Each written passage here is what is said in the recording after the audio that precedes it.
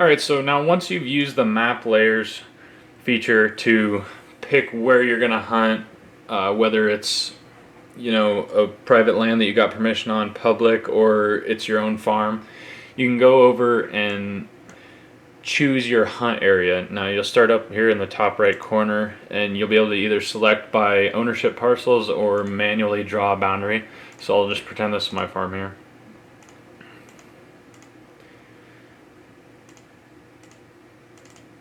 So that'll tell you your acreage and everything, and you can save that, and then that'll become one of your hunt areas.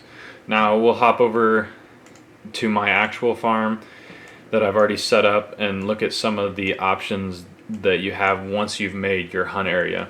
So you can add markers, which range anywhere from tree stands, ground blinds, cameras, which is really important, especially when you're running, a dozen plus cameras that are expensive and sometimes you can forget, like I did this year when I left a camera in the north fence here for like a year and a half. A lot of interesting pictures, but not the best on it. You can mark animal sign, you can mark beds, rubs, tracks, sheds from years past. You can use the tracking feature, which is gonna, like, say you hit a deer and it's marginal and you need to mark your last blood, mark where your arrow was. It's gonna let you do all that and kind of put the big picture together.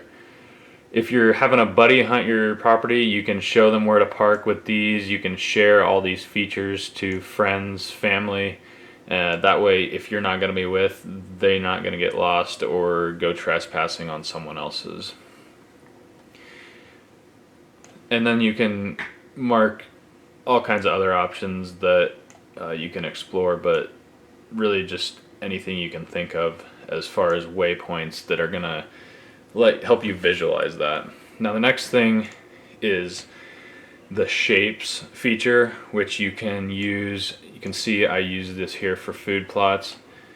That's gonna help you, one, picture what kind of food you have on your property, specifically when we're talking about whitetails. And one of my favorite features is it gives you acreage there, which might seem unimportant, but when you're ordering seed, you need to know, okay, how many acres am I going to be planting? And then another thing that a lot of people don't think of is with a lot of CRP programs that are used, especially in the Midwest, you're allowed food plots, but only certain amounts of food plots depending on each CRP program. So what this is going to allow you to do is plan accordingly to maximize the amount of food you have on your property versus what is allowed.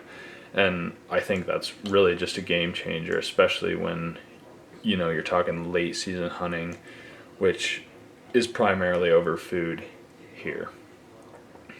And then the last feature is the path, which that's going to help you kind of map out your access. And back when we were talking about having a buddy hunt, you're not gonna want them to go screw up your spots, so you're gonna want to go in here, tell them to park their truck, say there. Now you're gonna want to add a path, and that's gonna show them where they need to walk to get to a blind. That way they don't get lost in the dark and they don't screw up your hunt. Really anything you could ask for when it comes to mapping out your property is going to be found right here in the HuntWise app. All easy, super navigable.